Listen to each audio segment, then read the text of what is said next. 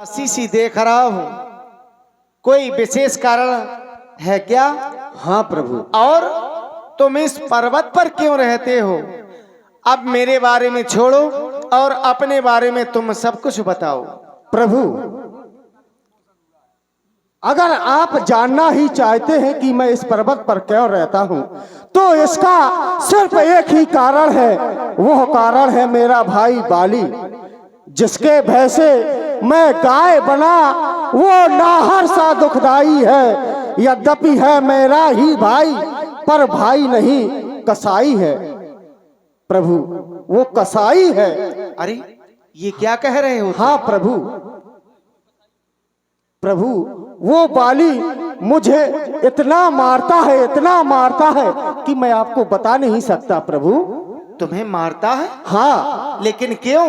प्रभु, एक समय की बात है कि अर्धरात्रि के समय मैदानों ने बाली के द्वार पर आवाज लगाई, बाली बाहर निकल, मुझसे युद्ध कर। जब भी वो दानव मदरा पान कर लेता था, बाली को युद्ध के लिए ललकारता था।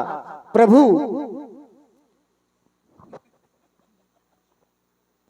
प्रभु एक बार की बात है। समझ गए महाराज, जब आप एक पर्दे से नहीं जीत पा रहे हैं तो क्या बाली महाराज से जीत पाए होंगे? प्रभु, जब एक समय उसने बाली को आवाज लगाई कि बाली बाहर निकल, तो बाली गुस्से में अपनी गदा लिए उस दानव के पीछे चल पड़ा। जैसे ही मैंने देखा कि मेरा भाई बाली उस दानव के पीछे जा रहा है, प्रभु मैंने भी अपनी गदा उठाई और मैं अपने भाई के पीछे चल दिया, क्योंकि हम दोनों भाइयों में अपार प्रेम था जिसका कोई वर्णन नहीं किया जा सकता। बाली ने जैसे ही पीछे मुड़कर के देखा, कहा, सुग्रीव तुम भी मेरे पीछे आ रहे हो? मैंने कहा, हाँ भाई, मैं भी आपके पीछे आ रहा हूँ। कहा कि तुम वापस लौट जाओ। मैंने कहा, नहीं प्रभु, मैंने अपनी भाई की बात नहीं मानी, मैं भी अपने भाई के साथ में चल दिया। वो दानव एक गुफा में घुस गया। जैसे ही वो गुफा के अंदर गया तो बाली ने मुझे कहा, सुग्रीव परखई मोय एक पखवाड़ा, तो मेरा यहाँ पर 15 दिन इंतजार करना। प्रभु, मैंने 10 दिन नहीं, 15 दिन नहीं, पूरे 1 महीने अपने भाई बाली का इंतजार किया। देखा क्या कि उस गुफा के अंदर से एक रक्त की धार बह रही है। मैंने सोचा कि मेरा भाई बाली मारा गया। क्यों? क्योंकि मेरे भाई का रक्त सफेद था और उस दानव का भी रक्त सफेद था। तो मैंने सोचा कि मेरा भाई बाली मारा गया, वो दानव बाहर निकलेगा, मुझे भी मार देगा। तो प्रभु, मैंने एक शिला उठाई और गुफा के मुंह पर रख दी। मैं वापस किष्किंधा लौट आया। मंत्रियों ने देखा कि ये सिंहासन सूना है, मुझे राजा बना दिया। मैं अपने सिंहासन पर बैठा था। मैंने देखा कि मेरा भाई बाली आ रहा है। वो गुस्से में आंखें लाल किए हुए, उसने प्रभु कुछ नहीं पूछा, उसने पकड़े मेरे बाल और मुझे फेंक दिया। इतना मारा प्रभु, इतना मारा, राज छीन लिया। राज तो रहने दो, मेरी पत्नी को भी छीन लिया प्रभु। और आप हैं श्री देव सिंह राजपूत जी, यज्ञ समिति के मजबूत स्तंभ। आपकी ओर से 51 पुष्प मुद्राएं महाराज सुग्रीव जी के लिए, और आप हैं ठाकुर श्री संजू सिंह जी, 51 पुष्प मुद्राएं आपकी ओर से भी। बहुत बहुत धन्यवाद। सुन सेवक दुख दीन दयाला, फरक उठी दो भुजा विशाला। सखा सुग्रीव, प्रभु, अगर बाली ने तुम्हें तुम्हारे राज्य से निकाल दिया है, हाँ हाँ, और तुम्हारी स्त्री को छीन लिया है, हाँ प्रभु, तब तो तुम्हारे ही सामने मैं यह प्रतिज्ञा कर रहा हूँ कि बाली का वध केवल एक ही बाण से करूंगा। बाली ब्रह्मा विष्णु महेश चाहे जिसकी शरण में चला जाए, मेरे बाण के प्रहार से बच नहीं सकता है। ये मेरी प्रतिज्ञा है। विश्वास है आपको? अभी नहीं है ब्याज जी कि ऐसा कर जाएंगे? आपने कह दिया कि मैं बाली को एक ही बाण से मार दूंगा। बाली कोई साधारण नहीं है, उसको वरदान है कि जो भी बाली के सामने आएगा उसका आधा बल बाली में समा जाएगा। प्रभु, तुम्हें विश्वास कैसे होगा? आइए मैं आपको कुछ दिखलाता हूँ। क्या दिखा रहे हो? आइए प्रभु। बताना पड़ेगा आप क्या दिखाने जा रहे हैं। हाँ, दुंदुबी अस्ति ताल दिखलाए, दुंदुबी अस्ति ताल दिखलाए। प्रभु आप देख रहे हैं इन 7 ताड़ के वृक्षों को, जो इन 7 ताड़ के वृक्षों को एक ही बाण में ढाएगा, तक्षक ने यही कह रखा है, वो विजय बाली पर पाएगा। हाँ राम जी सरकार थोड़ा रुक जाइए।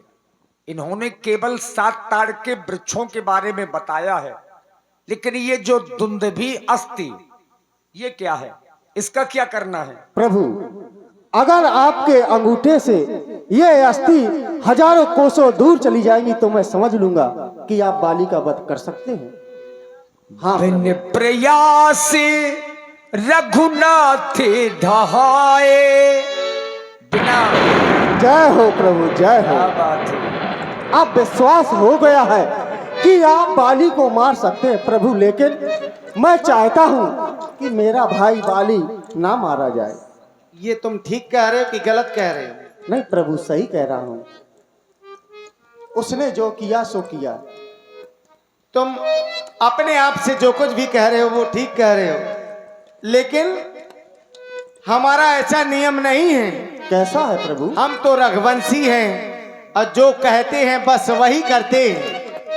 अब मैंने प्रतिज्ञा की है वाली का वध करने की, हाँ तो वह अधूरी नहीं हो सकती है।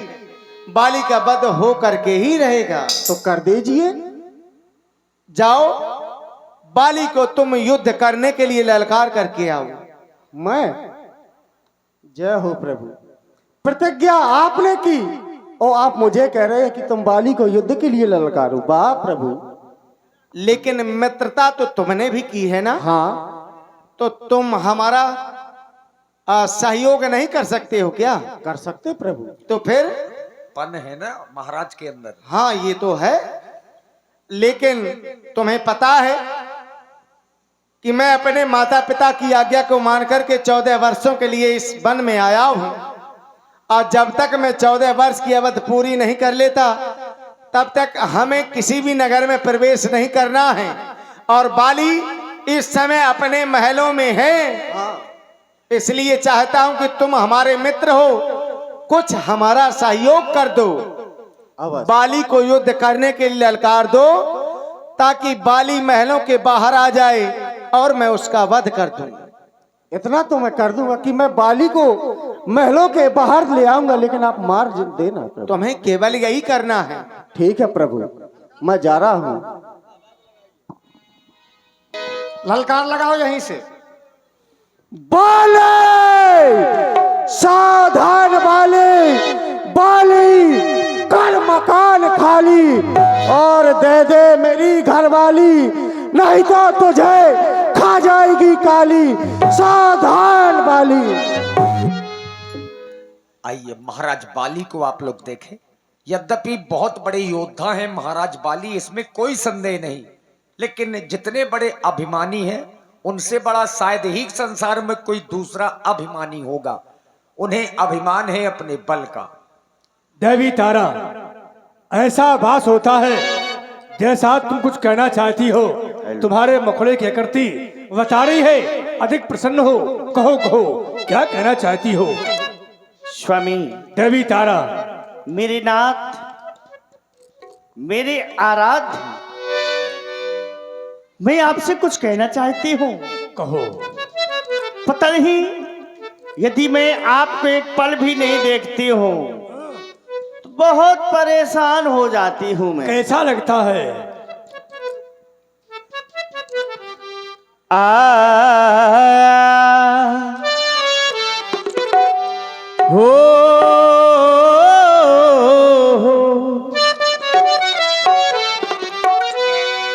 ये स्वामी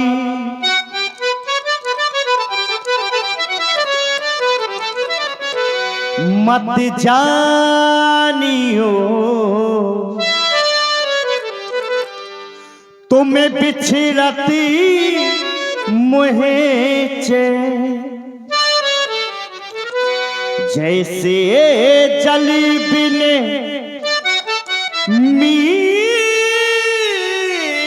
जिए वैसे तड़पू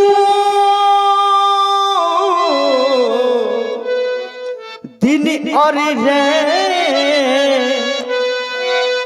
जिस प्रकार से जल के बिना एक मछली नहीं रह सकती है, वैसे ही मैं तुम्हारे बिना एक पल नहीं रह सकती हूँ। और चाहती क्या हूँ?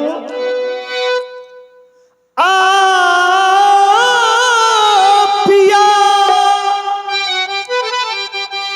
मरे नैनन में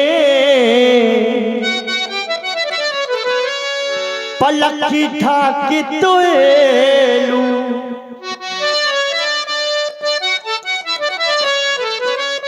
ना मैं देखूं गैर को,